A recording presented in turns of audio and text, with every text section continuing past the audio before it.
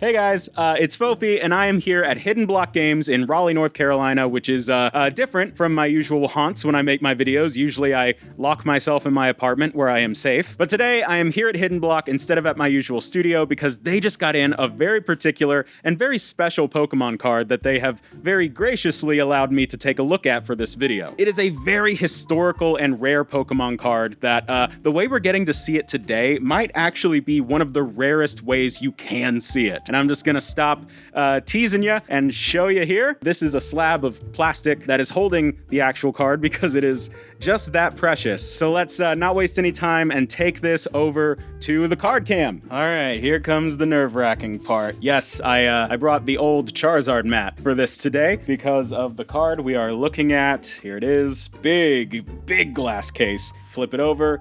Yes, this is a first edition base set Charizard, ungraded, which is fascinating. So what exactly are we looking at here, and why am I so hyped about it? Well, if you know anything about Pokemon, you know that Charizard is probably one of the most iconic things in the entire franchise. For people who grew up in the OG Pokemon days in the late 90s, Charizard was basically the Pokemon, is the big cool dragon guy. So when the Pokemon trading card game launched in the US in 1999, obviously the biggest and most sought-after card wound up being the holographic Charizard. And if you were around in the hobby back in like 2020, 2021, you probably remember YouTubers like Logan Paul, Leonhardt, and God only knows who all else going completely mental over one of these original Charizard cards. These days in the Pokemon card space, Charizard's taken a little bit of a back seat as people got more obsessed with like Umbreon and these days Mew. But Charizard was kind of the Pokemon that reignited people's interest in the cards back in 2020, 2021.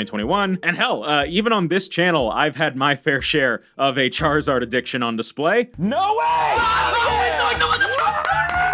Oh, we got the Charizard! Whoa! Sleep, panic, sleep, panic. Woo!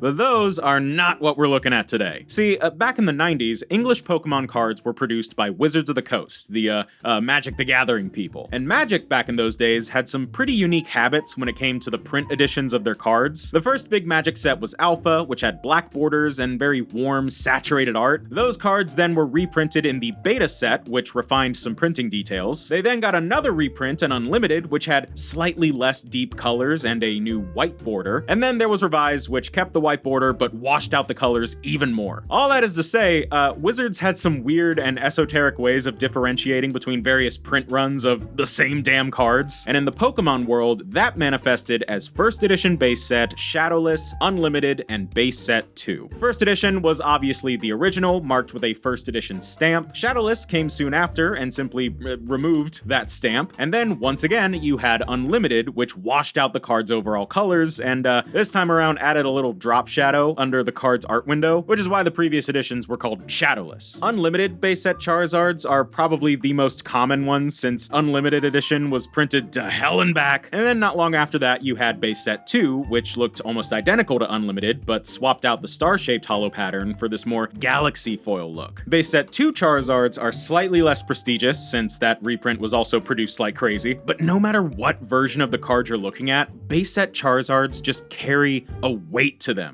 There's a reason they've been reprinted for a bunch of anniversaries and seemingly are getting another reprint for the upcoming 30th anniversary. It's just that integral to the foundation of this card game's popularity. But no version of this Charizard carries more weight than the elusive first edition base set Charizard. Now, obviously, one of the main reasons these things are so talked about these days is their value. Pristine copies of this card with a perfect 10 out of 10 grade from a professional grading company, those things consistently sell for like 6 figures. Back in the peak of the pandemic Pokemon boom, they were topping out at like, I don't know, $400,000 or something like that for a PSA 10. But one of the big reasons for that was that back in the 90s, no one really cared. Most kids who had a first edition Charizard back then probably just stuffed that thing in their pocket so they could take it to school or something, and then promptly forgot about it as they got older. Leaving pristine copies of a card like this to be extremely rare, so a perfect 10 out of 10 grade is just crazy impossible to get. But ever since the big boom back at the start of the decade,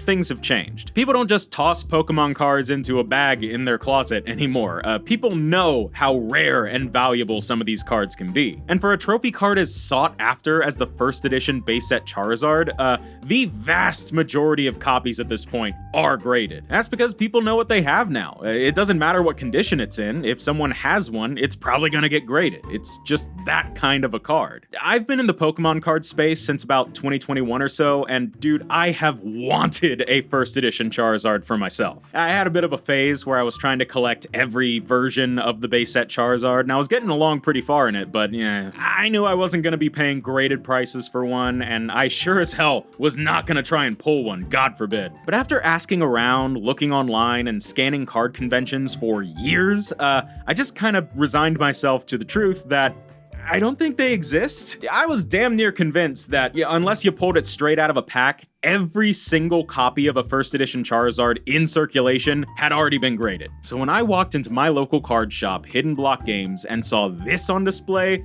I was legit dumbfounded. This was the first time that I had ever seen an ungraded first edition Charizard. Literally, first time. I have been to Card Party, Hawaii PopCon, tons of assorted card shops and shows, and after 5 years, this was the first ungraded copy of this card I had ever seen. And luckily, the kind folk over at Hidden Block are friends of mine, so they trusted me enough to say yes when I asked if I could get my grubby little hands on the rarest card in the shop. So let's hope I don't mess this up. Boom! That is a first edition base set Charizard, completely ungraded, and in this maximum security prison, it would seem. We are going to very, very carefully take this little magnet thing off the top, take this out.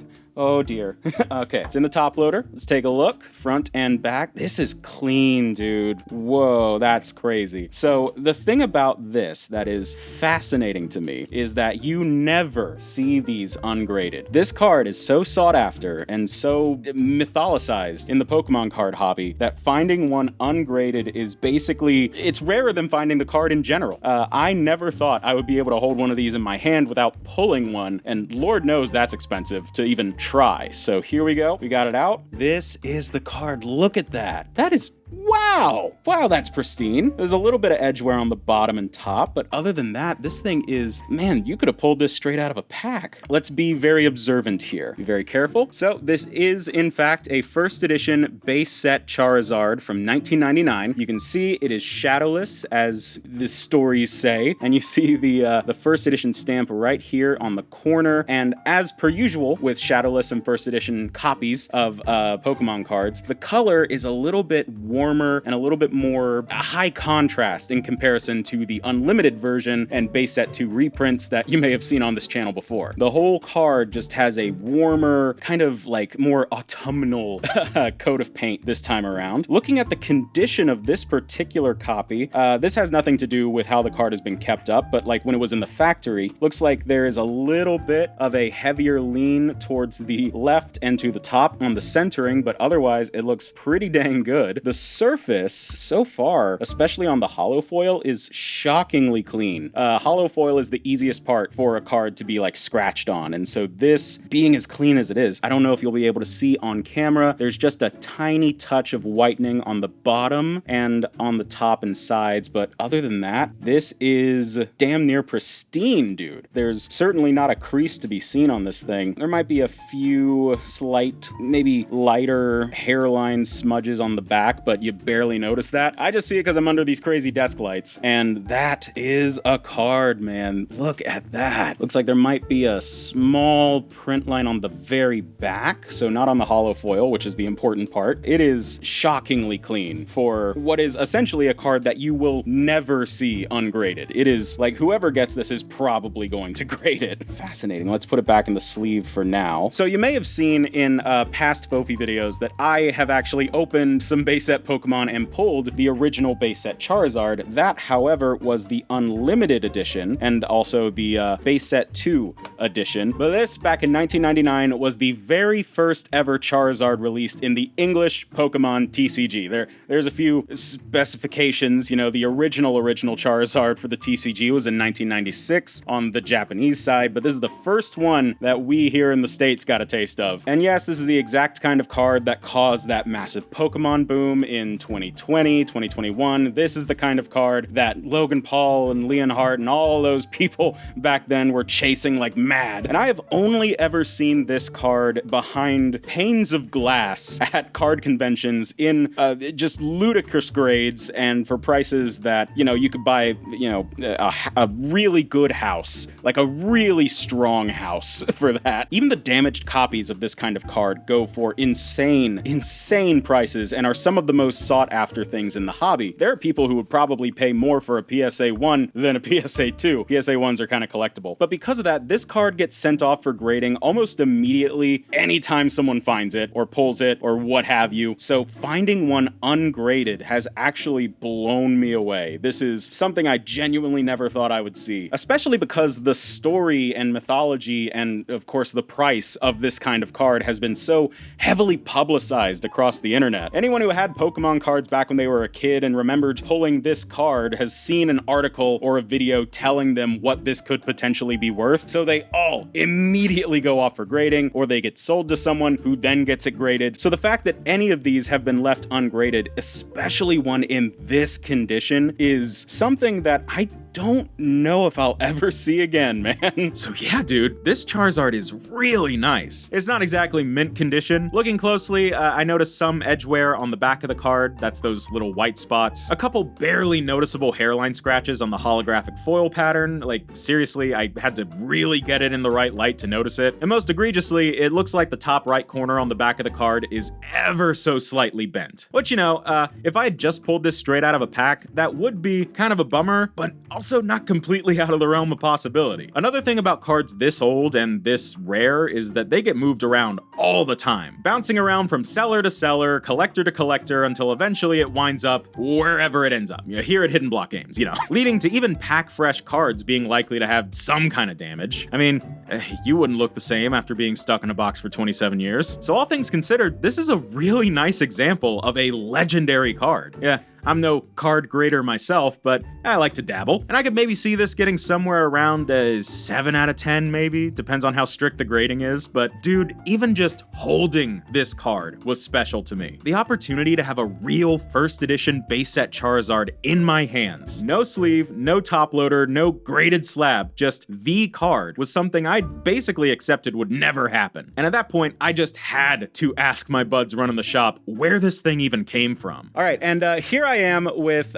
state your name for the people. I'm Josh. Josh, yep, at Hidden Block Games, who is going to enrich us with the story of this card. How does a card like this even come across y'all's desk? So we had a base set booster box in the store, and a friend of a vendor who is from Florida flew up here, and he brought this with him that he got from a Collecticon. Really? Yeah. So they swapped this for a base set box. That and some cash, and he bought some other stuff. Really? But yeah. That's fascinating, because I've opened a base set unlimited box or two in my time. You got to see one of them. I didn't film the other one. That one was just for me. But I was about to say, this thing, even in its current state, would be worth a little bit more than a base set unlimited box, by just a touch. Slightly, yeah. I think they have gone up recently, haven't they? The base set box we had at a bit higher than this, like roughly really?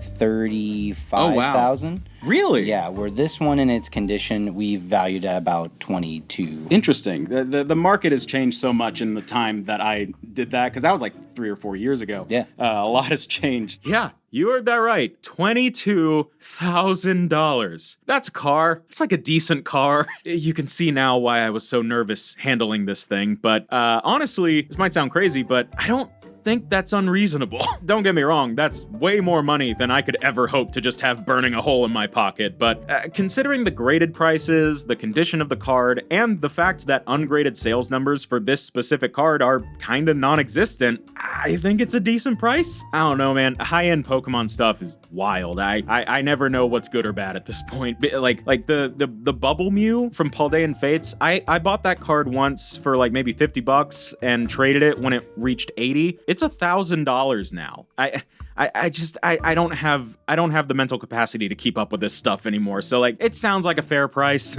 Also, massive respect to the Hidden Block guys for selling it as is. They could easily send this thing off for grading themselves and then charge exponentially more for it, but they aren't, and I really respect that. It's good people over there. But for real, man, the high-end Pokemon scene is just insane. Yeah, I've had a few occasional brushes with it, which I'm very privileged to have had, though those years are maybe a bit behind me. But the idea that a shop can just have a sealed $19.99 base set unlimited box, and someone else can just waltz in with an ungraded first edition Charizard in this kind of condition just to do a little swapsies. Insane. Yeah, I've mostly kind of stepped away from the Pokemon world as of late, as the market for new sets has kind of gone out of whack again. Keeping up with Pokemon cards has just become less sustainable for me, so I've reprioritized my main channel instead, though I have been playing Pokopia, and it's really fun. But dude, as soon as I saw this card, I knew I needed to document it on this channel. Like, that part of my brain just completely reactivated, and I was like, oh, I must film you! So of course, massive shout out to the kind folks at Hidden Block Games in Raleigh, North Carolina, for allowing me to spend some time filming and examining this little piece of Pokemon card history. And hey,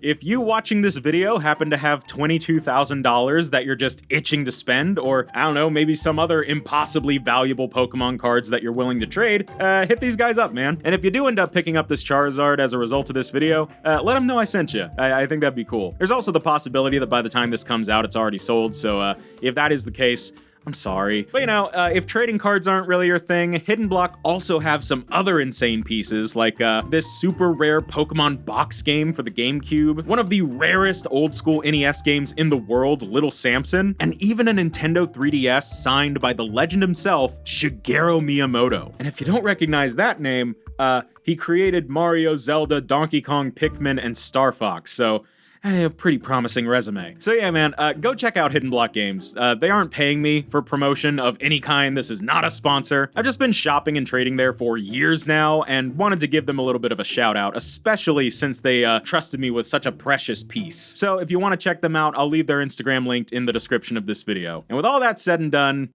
dude, let's just take another look at this damn Charizard before we gotta case it up and give it back. Look at that thing, man. Unbelievable. All right, leave.